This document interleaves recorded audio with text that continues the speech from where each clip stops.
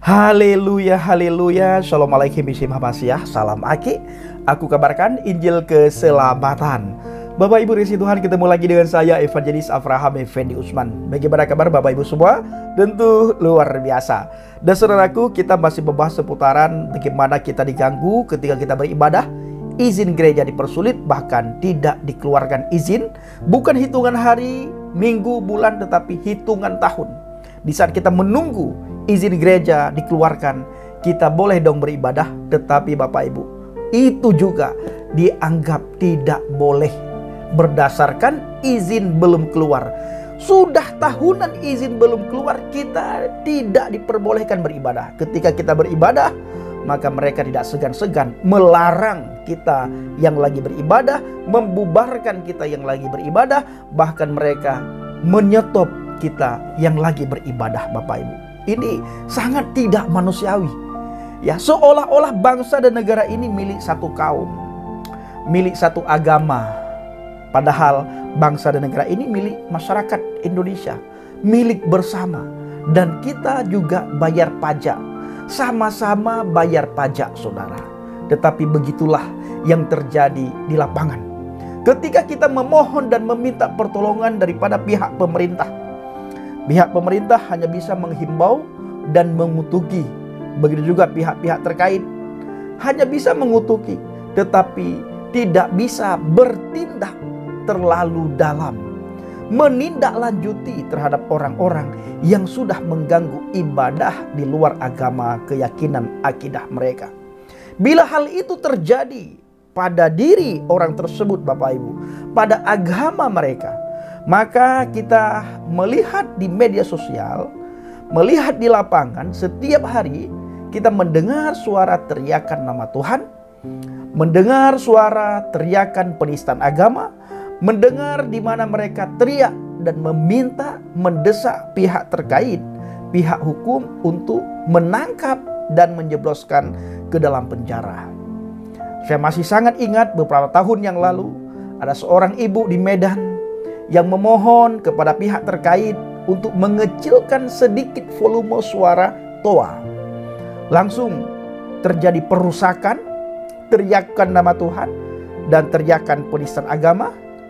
Dan tidak lama kemudian didesak pihak yang berwajib untuk menangkap ibu tersebut. Dan sampai akhirnya ibu tersebut masuk dalam penjara. Bapak Ibu, sepertinya kita sangat sia-sia ketika kita memohon dan meminta kepada pemerintah. Pemerintah kita sudah tahu dari agama mana, hukum juga seperti itu. Jadi seolah-olah sia-sialah teriakan kita, sia-sialah permintaan kita kepada mereka. Sangat sia-sia. Beberapa hari yang lalu jelas-jelas kita melihat bagaimana ada seorang yang kentutin Alkitab, yang menghina Tuhan, yang menentang Tuhan. Alkitab ditaruh di pantatnya, tidak diapa-apain juga oleh pihak-pihak terkait. Bahkan dianggap kalau orang tersebut lagi berdakwah, lagi menyampaikan kebenaran, bahkan dianggap pahlawan saudaraku. Lalu kalau begitu Bang Pendi, kemana kita berteriak? Kepada siapa kita minta tolong? Kepada siapa kita memohon pertolongan? Kepada yang di atas saudaraku, kepada Tuhan. Satu-satunya hakim yang adil itu Dia. Kita berseru kepada Dia. Secara berjamaah kita ambil waktu Bapak Ibu untuk kita berdoa, memohon belas kasihan Tuhan, sehingga Tuhan turun tangan. Yang berhak menghakimi mereka itu Tuhan saudaraku. Karena yang mereka ganggu adalah rumah ibadah, di mana di situ kita memuji, memuliakan, meninggikan Tuhan.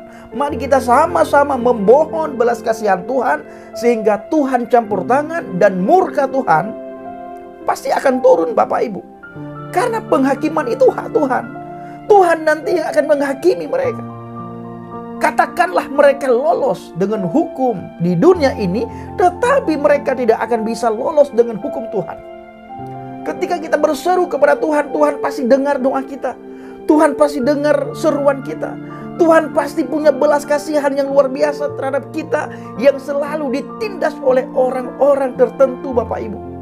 Jangan lagi kita memohon kepada pemerintah percuma, habis waktu, habis tenaga, habis pikiran Bapak Ibu. Tetap jalan di tempat. Sudah sering kita lihat dan sering terjadi, tidak diapa-apain saudaraku. Mari sama-sama kita berseru kepada Tuhan. Kita berdoa meminta belas kasihan Tuhan. Biarlah murka Tuhan itu turun pada mereka. Bukan kita menghakimi mereka, tidak. Tuhan yang menghakimi. Ketika kita tidak sanggup lagi menahan terhadap apa yang sudah mereka perlakukan terhadap kita, maka kita berseru memohon pertolongan Tuhan. Tuhan nanti akan campur tangan. Saudara masih ingat bagaimana Ahmad Dedet? Setiap hari kerjaan Ahmad Dedet menghina Ruach HaKodes, menghina iman kekristenan, membolak-balikkan firman Tuhan. Apa yang terjadi? Apakah hukum dunia menimpa Ahmad Dedet? Tidak. Hukum dunia tidak menimpa Ahmad Dedet. Tetapi hukum Tuhan langsung menimpa Ahmad Dedet di saat dia berada di mimbar. Di saat dia menghina Ruach HaKodes, Roh Kudus, iman kekristenan, memprintir Alkitab, mentafsirkan Alkitab seenak udelnya. Langsung Bapak Ibu, dia kena hukum Tuhan. Tuhan tidak pernah mau kompromi dengan orang-orang yang mempermainkan firman-Nya. Hati-hati. Ya, memang mereka dengan hukum dunia bebas saudara, tetapi hukum Tuhan mereka tidak bisa lari sejengkal pun. Tidak pernah mereka bisa lari dengan hukum Tuhan. Maka ada orang-orang tertentu yang sangat takut terhadap Tuhannya orang Kristen Bapak Ibu. Sangat takut.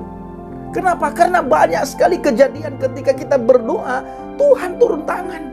Tuhan campur tangan. Tuhan dengar doa kita. Tuhan langsung memberikan pembalasan kepada orang-orang yang mempermainkan iman kekristenan, yang mentafsirkan iman kekristenan seenak udelnya mereka. Ahmad Dedet bagaimana hidupnya? Zakir Naik, memang dia tidak mengalami dan belum mengalami seperti yang dialami oleh gurunya, tetapi setidaknya saudaraku, hidup dia tidak tenang. Tidak ada damai sejahtera dan tidak ada sukacita. Selalu dihantui dengan rasa takut, rasa bersalah, rasa berdosa. Dia mau mundur malu, tidak mundur, dihantui dengan rasa takut dan rasa bersalah. Dihantui dengan rasa berdosa. Maka kita tidak pernah melihat muridnya Ahmad Dedet itu sukacita dan damai sejahtera. Tidak. Karena setiap hari dia dihantui dengan rasa takut. Mau mundur, dia mempertahankan egonya, dia malu, merasa tidak enak, maju atau tetap dalam pendiriannya untuk menghina iman kekristenan bertentangan dengan hati nuraninya. Akhirnya apa yang terjadi? Setiap saat dia dihantui dengan rasa takut. Hati-hati. Ya hati-hati. Dia akan mengalami seperti yang dialami oleh gurunya Ahmad Dedet. Beberapa waktu yang lalu di bangsa dan negara kita juga jelas sekali kita melihat bagaimana ada orang yang menentang Yesus Kristus. Alkitab diambil, ditaruh di pantatnya, lalu dia mengatakan, apakah dalam waktu sebulan saya ini diazab oleh Yesus? Kita lihat. Hitungan jam saudaraku. Hitungan jam. Ketika kita rata sama-sama berseru, memohon kepada Tuhan, meminta, menyerahkan dia kepada Tuhan. Lihat Tuhan, bagaimana dia perlakukan kitab-Mu, firman-Mu. Apa yang terjadi Bapak Ibu? Ya, yang kentutin Alkitab tidak bisa bangun, bahkan stroke saudaraku. Sampai hari ini tidak ada kabar lagi. Ya, tidak ada kabar lagi. Nah, begitu juga orang-orang yang menghina iman kekristenan, tunggu waktu Tuhan. Yang mengganggu ibadah, tunggu waktu Tuhan. Kami tidak lagi berseru kepada pemerintah, kepada orang dunia, tetapi kami berseru kepada Dia yang di atas. Kepada Tuhan pencipta langit dan bumi, Tuhan yang telah disembah oleh Bapa Abraham, Ishak dan Yakub, Tuhan yang telah mendengar doa bangsa Israel, mengabulkan doa bangsa Israel, Tuhan yang sama yang telah mengeluarkan bangsa Israel dari perbudakan Mesir, Fir'aun. Dan Tuhan yang sama yang telah memelihara bangsa Israel di padang pasir. Tuhan yang sama yang telah memperkenalkan diri kepada kita semua melalui pribadi Adonai Yeshua HaMashiach, Yesus Kristus, Bapa Yahweh. Tuhan yang telah disembah oleh para nabi dan rasul yang tertulis dalam Alkitab. Yod He Waw He Yahweh. Dia nanti yang akan campur tangan. Dia nanti yang akan turun tangan. Di dalam kitab Dengan jelas dikatakan dalam Amsal 20 ayat 22, janganlah engkau berkata, aku akan membalas kejahatan. Ya, jangan kita berkata kita akan membalas kejahatan. Ketika kita melihat orang yang bersalah kepada kita, mengganggu gereja, mengganggu ibadah, mengganggu mengolok-olok iman kekristenan, kita jangan sekali-kali mengatakan aku akan membalas kejahatan mereka. Nantikanlah Tuhan, Ia akan menyelamatkan kita, saudaraku. Menyelamatkan dari mana? Menyelamatkan kita dari amarah. Maka kita perlu sekali dekat, erat, intim, melekat dengan Tuhan. Bagaimana caranya Bang Effendi? Kita harus sering baca firman Tuhan. Ya, kita harus sering membaca firman Tuhan. Karena kita dengan membaca firman Tuhan, kita tahu bagaimana isi hati Tuhan, bagaimana apa yang harus kita lakukan. Kita jadi tahu kalau kita dekat dengan firman Tuhan, saudaraku. Mari kita melihat di dalam kitab Ibrani 10 ayat 30 sampai dengan ayat 31. Ya, di dalam Ibrani 10 dikatakan Bapak Ibu, sebab kita mengenal Dia yang berkata pembalasan adalah hakku. Kita semua orang percaya, anak-anak Tuhan, anak-anak Elohim, mengenal Dia yang mengatakan pembalasan adalah hakku. Akulah yang akan menuntut pembalasan, dan lagi Tuhan akan menghakimi umatnya. Bapak Ibu, ngeri benar kalau jatuh ke dalam tangan Elohim yang hidup. Sangat mengerikan bila jatuh ke dalam tangan Elohim yang hidup. Sudah banyak sekali contoh-contoh yang bisa kita lihat, saudaraku. Sudah banyak ya kejadian yang bisa kita contohi di bangsa kita, di daerah-daerah lain juga begitu. Bagaimana ada orang yang kentutin Alkitab, apa yang terjadi selesai dia kentutin Alkitab? Memang dia sudah sakit-sakitan Bapak Ibu, tetapi sakitnya tambah drop, bahkan sampai orang tersebut stroke itu setelah kentutin Alkitab dan setelah dia menentang Tuhan Yesus. Di dalam kitab Imamat 19:18, janganlah engkau menuntut balas dan janganlah menaruh dendam terhadap orang-orang sebangsamu, melainkan kasihilah sesamamu manusia seperti dirimu sendiri. Akulah Yahweh. Nah, itu Tuhan sudah ingatkan kita. Jadi kita percuma, saudaraku, berteriak kepada pemerintah, kepada pihak yang berwajib.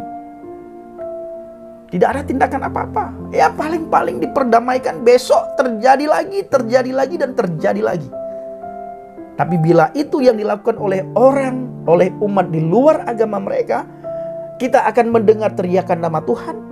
Kita akan mendengar holol doroh. Kita akan mendengar ada orang-orang tertentu rela mato demi agama, rela mato demi iman, demi Allah, demi Rasul, demi kitab, demi macam-macam. Maka Bapak Ibu, dalam Alkitab itu kita serahkan sama Tuhan. Tuhan yang campur tangan, Tuhan yang turun tangan. Ngeri benar kalau Tuhan sudah turun tangan. Sangat mengerikan. Maka bertobatlah saudara-saudaraku. Kalau Anda tidak senang dengan iman kekristenan, jangan sampai Anda mengganggu kami yang lagi beribadah. Kami yang lagi memuji, memuliakan, meninggikan Tuhan. Kami tidak melakukan maksiat dalam gereja. Gereja itu bukan tempat orang-orang melakukan maksiat. Kalau Anda mau menghentikan sesuatu kegiatan, hentikan orang-orang yang melakukan maksiat. Jangan ibadah. Orang yang lagi beribadah Anda hentikan. Dan Anda dianggap pahlawan oleh orang sebangsa Anda, oleh orang sekaum Anda. Hati-hati. Hati-hati. Ya, Bapak Ibu, hari-hari ini saya membawa orang-orang tertentu ke hadapan Tuhan. Kita jangan lagi berseru kepada orang-orang tertentu, kita hanya berseru kepada Tuhan. Nanti kita akan melihat bagaimana Tuhan yang campur tangan. Dalam kitab Roma dikatakan, saudara-saudaraku yang kekasih, janganlah kamu sendiri menuntut pembalasan, tetapi berilah tempat kepada murka Elohim, sebab ada tertulis, pembalasan itu adalah hakku, akulah yang akan menuntut pembalasan. Firman Tuhan. Tetapi jika seterumu lapar, berilah dia makan. Jika ia haus, berilah dia minum. Dengan berbuat demikian, kamu menumpukan bara api di atas kepalanya. Janganlah kamu kalah terhadap kejahatan, tetapi kalahkanlah kejahatan dengan kebaikan. Jadi kita serahkan orang-orang yang mengganggu ibadah kita ke hadapan Tuhan, kepada Tuhan. Kita melihat Bapak Ibu, apa rencana Tuhan, bagaimana Tuhan bertindak. Ya, jangan sampai menyesal, bertobatlah. Anda boleh tidak senang dengan orang Kristen, Anda boleh tidak senang dengan agama Kristen, tetapi jangan sampai Anda mengganggu orang Kristen yang lagi beribadah. Anda boleh tidak senang dengan kitab, dengan Alkitab, dengan kitab suci, tapi jangan sampai Anda menghina kitab suci kami.